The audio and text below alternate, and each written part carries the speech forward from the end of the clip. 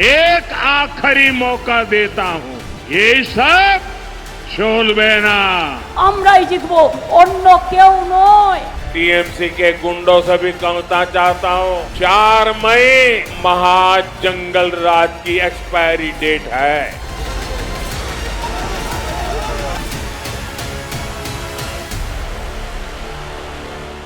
क्या पश्चिम बंगाल में इस बार सिर्फ चुनाव नहीं बल्कि सत्ता की दिशा तय होने जा रही है? क्या रिकॉर्ड तोड़ वोटिंग किसी बड़े बदलाव की आहट है या फिर ममता बनर्जी की पकड़ पहले से ज्यादा मजबूत हो रही है?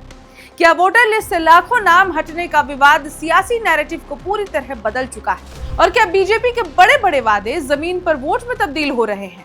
पश्चिम बंगाल की सियासत हमेशा सिर्फ आंकड़ों का खेल नहीं रही। ये भावनाओं, पहचान और जमीन से जुड़े मुद्दों का चुनाव होता है। लेकिन इस बार तस्वीर कुछ अलग है। एक तरफ 15 साल से सत्ता में ममता बनर्जी बैठी हुई हैं, जिन्होंने अपने वेलफेयर मॉडल के दम पर एक मजबूत वोट बैंक तैयार किया है। दूसरी तरफ बीजेपी है, जो हर हाल में बंगाल में अपनी पूर्ण सरकार बनाना चाहती है। और इसी लड़ाई के बीच कई ऐसे फैक्टर उभर कर सामने आए हैं जो इस चुनाव को बेहद दिलचस्प और अनिश्चित बना रहे हैं। रिकॉर्ड वोटिंग, मुस्लिम बहुल इलाकों में नए चेहरे, हिंसा और ध्रुवीकरण के आरोप और सबसे अहम वोटर लिस्ट विवाद। आज हम इस पूरे चुनावी माहौल को एक कहानी की तरह समझेंगे, जहां हर मोड़ पर एक नया सवाल खड़ा होता है। इस कहानी में 5 बड़े पहलू हैं जो इस चुनाव के नतीजे को तय कर सकते हैं। इनमें सबसे पहला है, बीजेपी ने क्या वादे किए हैं और क्या ये वादे वोटरों को प्रभावित कर रहे हैं? ममता सरकार की योजनाएं और 15 साल का शासन, क्या अभी भी लोगों का भरोसा है उन पर? ये था दूसरा। तीसरा पॉइंट है, पिछले 5 सालों में हुए बड़े दंगे और राजनीतिक हिंसा, क्या ये चुनावी मूड को बदल रहे हैं? चौथा है, हुमायूं कबीर फैक्टर, जो मुस्लिम वोट बैंक में सेंध लगा सकते हैं। इससे किसे फायदा और किसे नुकसान? पांचवा और सबसे अहम, रिकॉर्ड तोड़ वोटिंग क्या संकेत दे रही है? क्या ज्यादा वोटिंग का मतलब सत्ता परिवर्तन होता है? नमस्कार, मेरा नाम है ऋचा पराशर और आप देख रहे हैं वन इंडिया का ये खास प्रोग्राम आज का एक्सप्लेनर।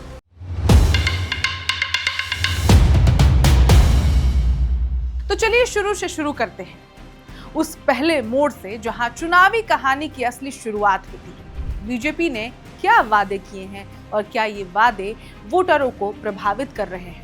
इस बार बीजेपी ने बंगाल में जो घोषणाएं की हैं, वे सिर्फ चुनावी वादे नहीं बल्कि एक सोची समझी रणनीति का हिस्सा लगती है। महिलाओं के लिए 3000 महीना, युवाओं के लिए 1500 बेरोजगारी भत्ता, किसानों के लिए 9000 सालाना सहायता, ये सभी सीधे सीधे उन वर्गों को टारगेट करते हैं जो अब तक ममता सरकार के मजबूत समर्थक रहे हैं।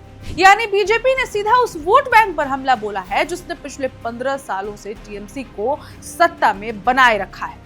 इसके साथ ही यूनिफॉर्म सिविल कोड और बंगाल का बेटा मुख्यमंत्री होगा जैसे वादे, ये सिर्फ विकास नहीं बल्कि पहचान और भावनात्मक राजनीति को भी छूते हैं।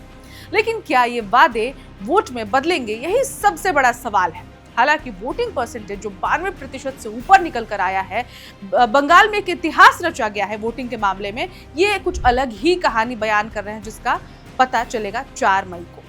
दूसरा बिंदु है, ममता सरकार की योजनाएं और 15 साल का शासन, क्या अभी भी लोगों को ममता पर भरोसा?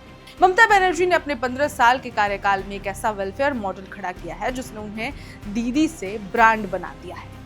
लक्ष्मी भंडार योजना के जरिए महिलाओं को सीधी आर्थिक मदद, कन्याश्री के जरिए बेटियों को शिक्षा का समर्थन और स्वास्थ्य साथी जैसी योजनाएं, इन सब ने समाज के निचले तबके में गहरी पकड़ बनाई है। लेकिन हर कहानी का एक दूसरा पहलू भी होता है, तो वो है भ्रष्टाचार के आरोप, शिक्षक भर्ती घोटाला और प्रशासनिक ढिलाई। इन मुद्दों ने ममता सरकार की छवि को चुनौती दी है इस चुनाव में। यानी जहां एक तरफ मजबूत योजनाएं हैं, वहीं दूसरी तरफ एंटी इनकम्बेंसी भी धीरे धीरे सिर उठा रही है।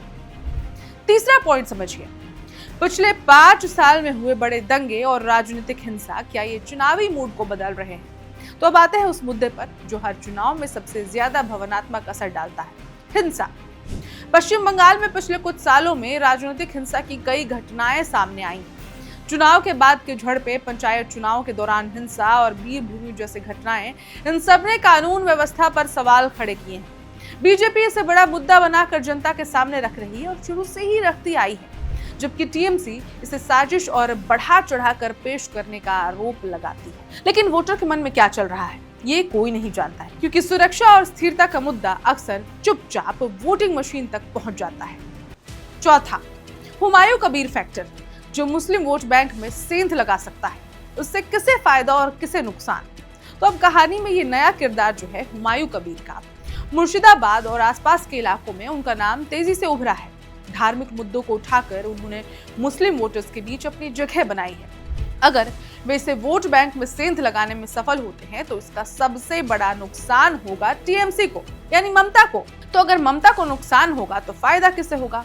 यही इस कहानी का ट्विस्ट है। अगर मुस्लिम वोट बढ़ता है तो बीजेपी को अप्रत्यक्ष फायदा मिल सकता है, जबकि कांग्रेस और लेफ्ट भी अपनी खोई जमीन वापस पाने की कोशिश में आगे बढ़ सकते हैं। यानी हुमायूं कबीर सिर्फ एक उम्मीदवार नहीं है, बल्कि एक समीकरण है जो कई सीटों का खेल बदल सकते हैं। पांचवा फैक्टर समझिए, जो सबसे अहम है, रिकॉर्ड तोड़ वोटिंग क्या संकेत दे रही है? क्या ज्यादा वोटिंग का मतलब सत्ता परिवर्तन होता है? जब 90% से ज्यादा लोग वोट डालते हैं तो ये सिर्फ एक आंकड़ा नहीं होता, ये एक संकेत होता है।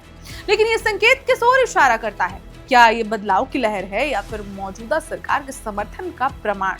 अब विशेषज्ञों की राय इस पर अलग अलग बटी हुई है कि ज्यादा वोटिंग का मतलब बदलाव होता है, लोग असंतोष के चलते ज्यादा संख्या में बाहर निकलते हैं। वहीं कुछ का कहना है कि अगर सत्ताधारी पार्टी का ग्राउंड नेटवर्क मजबूत हो तो ज्यादा वोटिंग उसे ही फायदा पहुंचाती है। बंगाल में महिलाओं और ग्रामीण वोटर्स की बड़ी भागीदारी ये ममता बनर्जी के पक्ष में जा सकती है, लेकिन अगर यही भागीदारी गुस्से के रूप में है तो तस्वीर पूरी तरह बदल सकती है। हालांकि एसआईआर फैक्टर भी है, यानी कि विशेष गहन पुनरीक्षण के दौरान जो नाम कटे हैं उसकी वजह से भी जनता में वहां रोष था, क्योंकि नाम कटे फिर जुड़े, कुछ नाम हट गए। तो अगर ये फैक्टर भी काम करता है तो शायद इसकी वजह से अगर बहुत ज्यादा वोटिंग हुई है तो ये फैक्टर शायद ममता के पक्ष में जा सकता है, क्योंकि चुनाव आयोग को सीधे सीधे बीजेपी का समर्थक के तौर पर इल्जाम लगाया जाता रहा है इस पूरे चुनाव में। कुल मिलाकर पश्चिम बंगाल का ये चुनाव सिर्फ एक राजनीतिक मुकाबला नहीं रह गया है, ये एक जटिल और बहुस्तरीय कहानी बन चुका है, जहां हर पहलू एक दूसरे से गहराई से जुड़ा हुआ है। एक तरफ बीजेपी के बड़े बड़े वादे हैं जो बदलाव का सपना दिखा रहे हैं, तो दूसरी तरफ ममता बनर्जी का 15 साल का ट्रैक रिकॉर्ड है जो भरोसे और योजनाओं के दम पर टिके रहने की कोशिश कर रहा है। हिंसा और कानून व्यवस्था के आरोप हैं, तो वहीं वेलफेयर स्कीम्स का मजबूत नेटवर्क भी है। नए चेहरे उभर रहे हैं जो पुरानी सियासी समीकरणों को चुनौती दे रहे हैं, और इसी बीच एसआईआर यानी स्पेशल इंटेंसिव रिवीजन का मुद्दा पूरे चुनाव को एक संवैधानिक और लोकतांत्रिक बहस में बदल चुका है। लाखों वोटरों के नाम कटने का विवाद सिर्फ एक प्रशासनिक प्रक्रिया नहीं, बल्कि चुनाव के निष्पक्षता पर उठते सवालों का केंद्र भी बना रहा है। यही वजह है कि इस बार का चुनाव सिर्फ सीटों की लड़ाई नहीं, बल्कि ये भरोसे, अधिकार और प्रतिनिधित्व की लड़ाई भी है।